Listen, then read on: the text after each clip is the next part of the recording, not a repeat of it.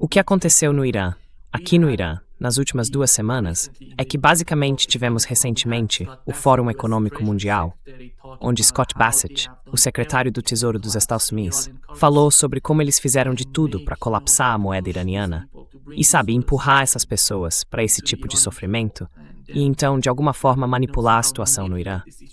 Eu estava assistindo aos protestos e o governo estava tentando se comunicar com as elites do mercado, com economistas, para reduzir as tensões. Então vieram os protestos e os protestos se transformaram em tumultos. The protests turned into riots. They were burning, banks somehow. Eles estavam incendiando bancos, até caminhões de bombeiros. Cerca de 1/4 das ambulâncias em uma grande cidade como Teherã foi destruído, o que era impressionante de ver. E dava para perceber uma enorme manipulação, não apenas dentro do país, mas também na forma como a grande mídia fora do Irã estava cobrindo tudo. A realidade era totalmente diferente. Eles estavam se preparando, de fora, para que os Estados Unidos ou Israel atacassem o Irã. Do seu ponto de vista, como você viu toda a situação? A agitação no Irã, os protestos, os tumultos, e em seguida, os Estados Unidos a poucos momentos de atacar o Irã. America being moments away from attacking Iran.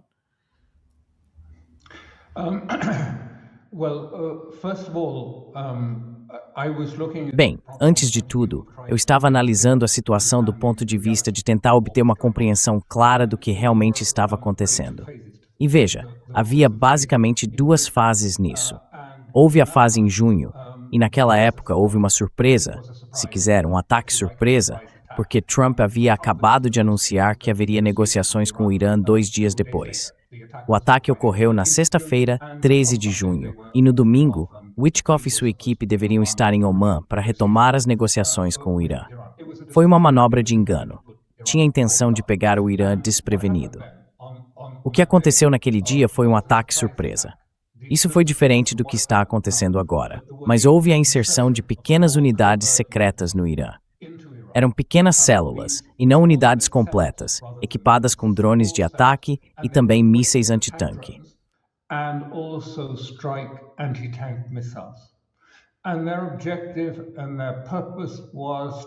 O objetivo e a finalidade deles eram tentar destruir os radares de alerta antecipado no Irã, os olhos e ouvidos do principal sistema de radar.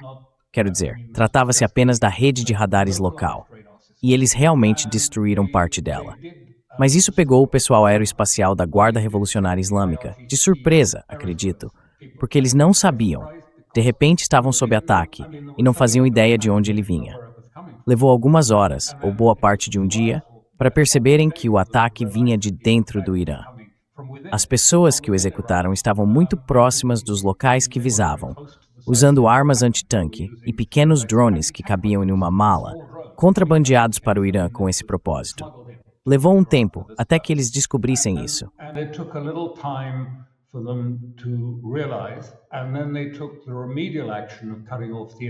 E então, eles tomaram a medida corretiva de cortar a internet, o que isolou essas células dos dados e das informações de direcionamento que estavam sendo fornecidas pela rede de satélites dos Estados Unidos. Satélites que produzem, por assim dizer, um campo de batalha simulado na nuvem. Eles estavam transmitindo dados em tempo real sobre as posições dos radares iranianos para essas células, com o objetivo de direcionamento. Pois bem, o corte da internet interrompeu isso. Depois, a situação evoluiu, por assim dizer, para a segunda fase, após o ataque de decapitação contra os comandantes, a liderança política e o assassinato de alguns cientistas. Em seguida, passou para o que foi chamado de Guerra de 12 Dias.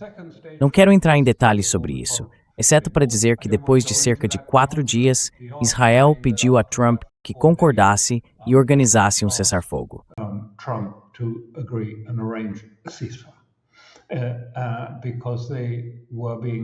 Porque eles estavam sendo atacados como nunca antes haviam sido, e seus sistemas de defesa aérea estavam se mostrando inadequados para proteger Israel do ataque de mísseis. Então, quando chegamos ao período atual, este período que acabou de passar, tratava-se de um tipo diferente de ataque, um tipo diferente de surpresa que estava sendo organizada. era a inserção de manifestantes treinados no Irã. Alguns deles eram curdos que haviam sido treinados na Albânia, nos campos de lá, ou no Kurdistão iraquiano, não tenho certeza em qual. E alguns deles eram membros do MEK, que estiveram no campo na Albânia, onde cerca de 3.000 integrantes do MEK estão sendo treinados pela CIA exatamente para esse tipo de missão. E havia ainda outros que também entraram. Tudo isso foi organizado e dirigido.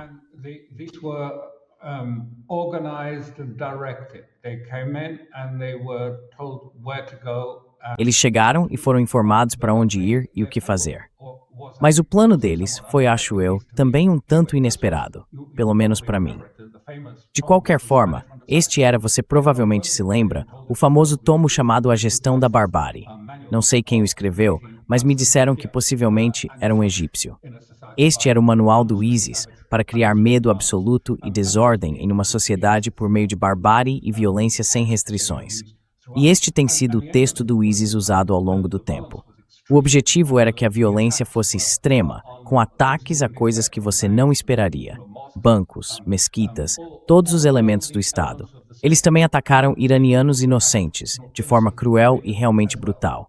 As imagens que vi de alguns desses ataques são horríveis.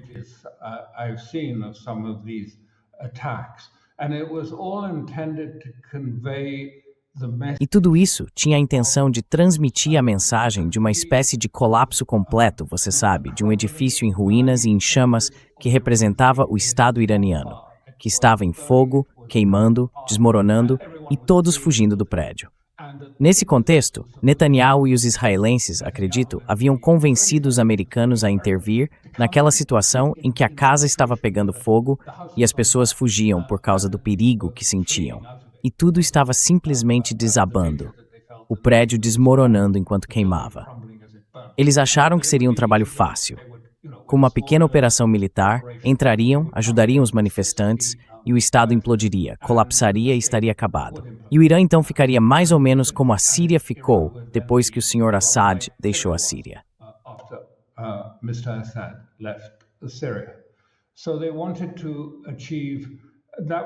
Então, o que eles queriam alcançar? Esse era, na minha perspectiva, o objetivo disso. E falhou. Falhou, acredito eu, por vários motivos. O primeiro, penso, foi que o Irã respondeu muito rapidamente. Cortou as linhas telefônicas internacionais e mudou da internet internacional para uma rede interna que atendia apenas ao governo e àqueles dentro do Irã, cortando os vínculos com o mundo exterior. Mas então, crucialmente, e essa foi a surpresa para os israelenses e para a CIA, algo que eles não esperavam. A grande surpresa foi o corte do Starlink. Fui informado, e talvez você saiba melhor do que eu, que cerca de 40.000 terminais haviam sido contrabandeados para o Irã. E esse era o mecanismo usado para coordenar toda a operação.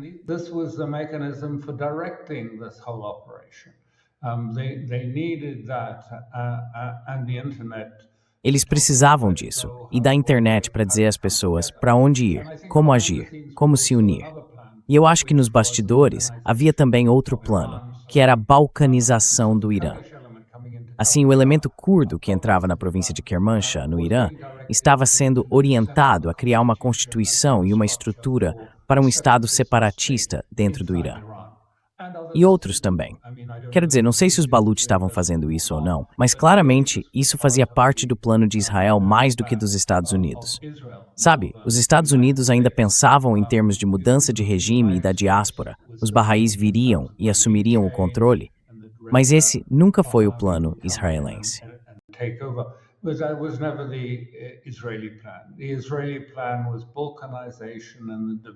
O plano israelense era a balcanização, a divisão do Estado em componentes étnicos fracos, exatamente como vimos acontecer na Síria. Mas a questão do Starlink, acredito, foi realmente o ponto de virada. Foi por volta daquela quinta ou sexta-feira da semana anterior, e então toda a agitação simplesmente diminuiu quase completamente em 1 ou 2 dias. Desapareceu. Isso foi uma surpresa. A importância disso foi, na verdade, bastante grande, e até mesmo alguns israelenses reconheceram isso. Aqueles que são profissionais, não propagandistas. Eles analisaram e disseram, bem, de acordo com o plano, onde estavam as deserções das elites políticas? Quem do parlamento desertou e se juntou aos manifestantes?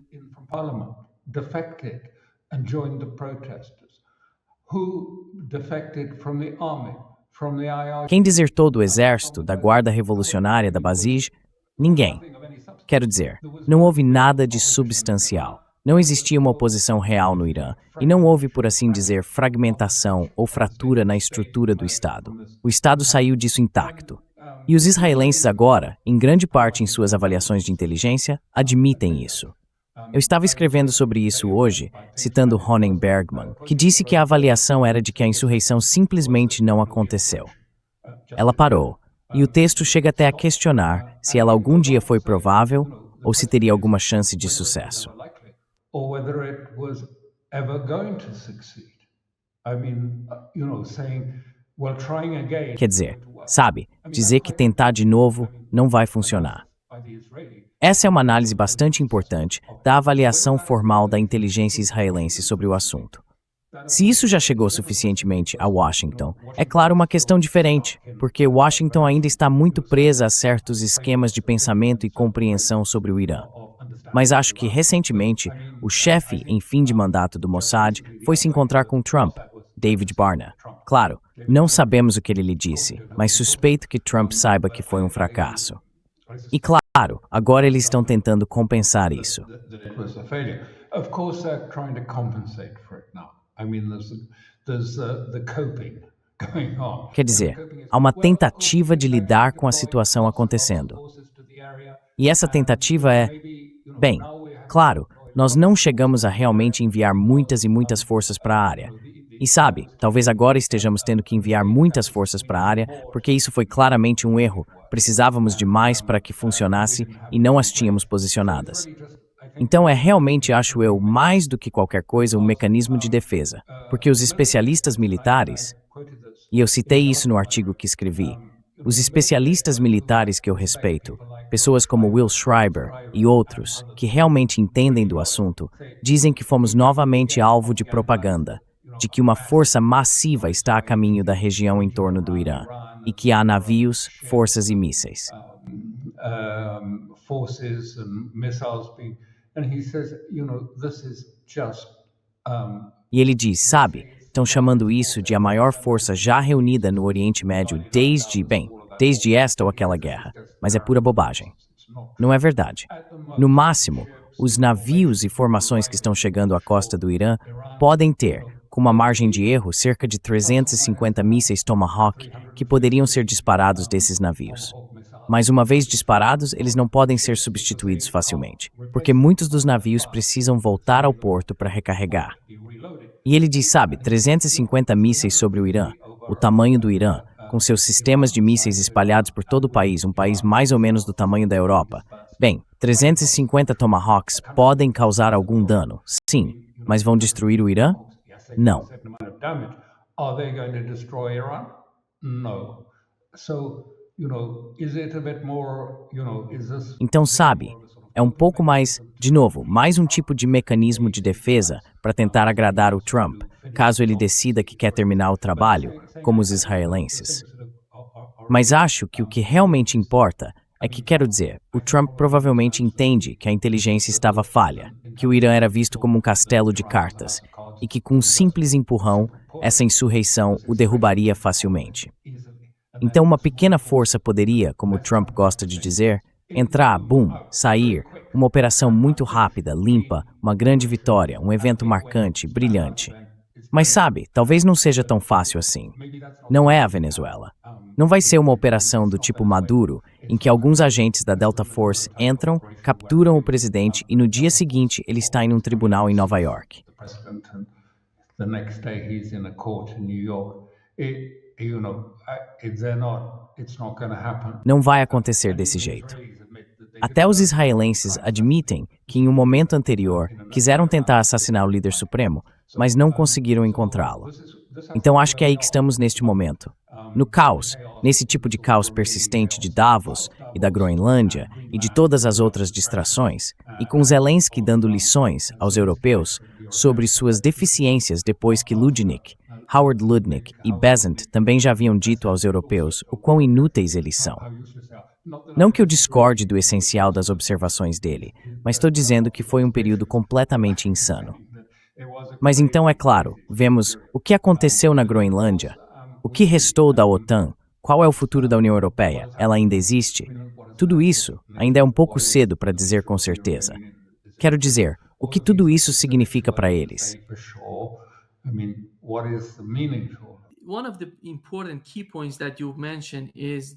Um dos pontos principais que você mencionou é a tentativa, o esforço dos israelenses, junto com essa rede de inteligência, de criar algum tipo de fratura dentro do governo, dentro da administração, dentro da liderança aqui no Irã.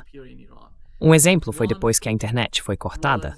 Eles afirmaram que o governo iraniano estava usando armas químicas contra o povo aqui no Irã. É a mesma estratégia que usaram na Síria contra o governo Assad, com aquelas operações de bandeira falsa.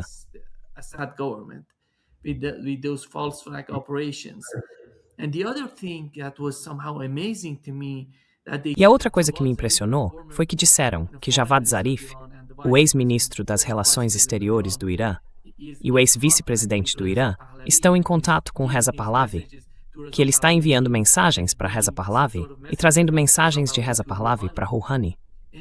Você acha que estamos enfrentando algum tipo de mistura de todas as experiências do Maidan, da Ucrânia em 2014, depois da Geórgia, depois da Síria? Parece-me que é uma combinação de todas elas juntas. Qual é a sua interpretação disso? What is your understanding of that? Não, acho que isso foi planejado há muito tempo. Está em andamento há bastante tempo. E podemos ver isso pelo fato de que as pessoas que foram inseridas sabiam exatamente o que fazer. Elas foram direcionadas para áreas, principalmente cidades pequenas no início, onde haveria multidões, e então poderiam incitar essas multidões. Depois havia pessoas armadas e atiradores de elite que disparavam contra as forças de segurança. Quero dizer, existe esse tipo de militar que nunca estiveram sob fogo, de que você sempre sabe de onde o tiro vem.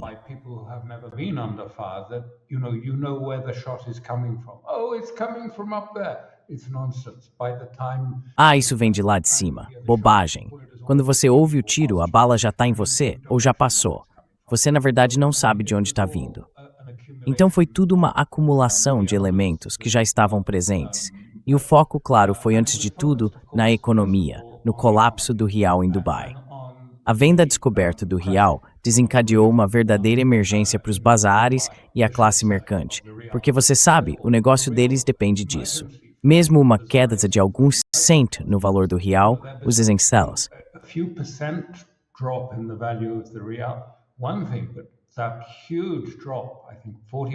Uma coisa, mas aquela queda enorme, acho que de 40% ou talvez até mais, quero dizer, isso simplesmente destruiu os modelos de negócio deles. Não é que estivessem irritados com o Estado em si, embora certamente não estivessem satisfeitos com a gestão econômica, o legado histórico de má administração da economia, como eles a entendem no Irã. E de fato eu fiquei bastante intrigado, porque é muito fácil organizar um ataque de venda descoberto contra uma moeda se você tem dinheiro. Quero dizer, com dinheiro suficiente, você simplesmente entra e vende, vende e vende, e no fim do dia você lucra, porque recompra mais tarde.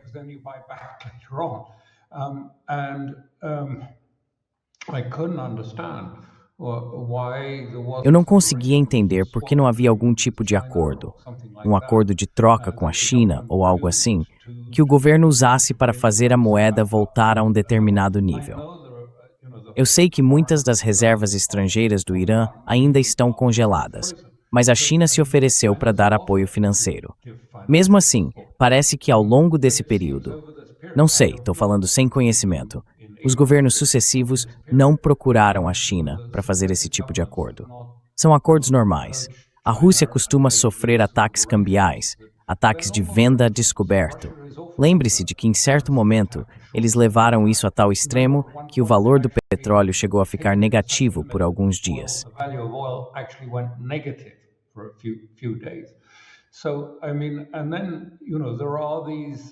Então quero dizer, existem esses acordos entre bancos centrais e eu não consigo entender por que isso aconteceu. Mas isso continua sendo uma espécie de vulnerabilidade. Espero que talvez o Irã convoque os chineses e diga, por favor, resolvam a situação econômica, porque é muito difícil. O Irã está seguindo com uma mistura de duas estruturas econômicas bastante contrastantes e opostas. Por um lado, durante aquele período anterior, o período Rouhani, adotamos uma espécie de neoliberalismo no Irã e tentamos eliminar subsídios e ter, como diriam, uma economia de mercado adequada. Mas antes de tudo, isso não é algo fácil de fazer, porque não se pode simplesmente arrancar o piso dos preços da farinha e de outros elementos-chave da economia. Other key elements in the economy. And then the other part of it is the social economic structure. Então, a outra parte disso é a estrutura socioeconômica, algo semelhante ao que existe na China e na Rússia, onde não se trata de empresários individuais tentando obter o máximo de lucro possível, mas sim de uma economia cujas estratégias de investimento são voltadas para a comunidade como um todo. De qualquer forma, isso é algo que o Irã precisará resolver quando tudo isso passar e chegar a hora de repensar as coisas. Eu não sei por que isso aconteceu. Quero dizer, talvez tenha havido uma tensão entre pessoas que olhavam para o leste e pessoas que olhavam para o oeste.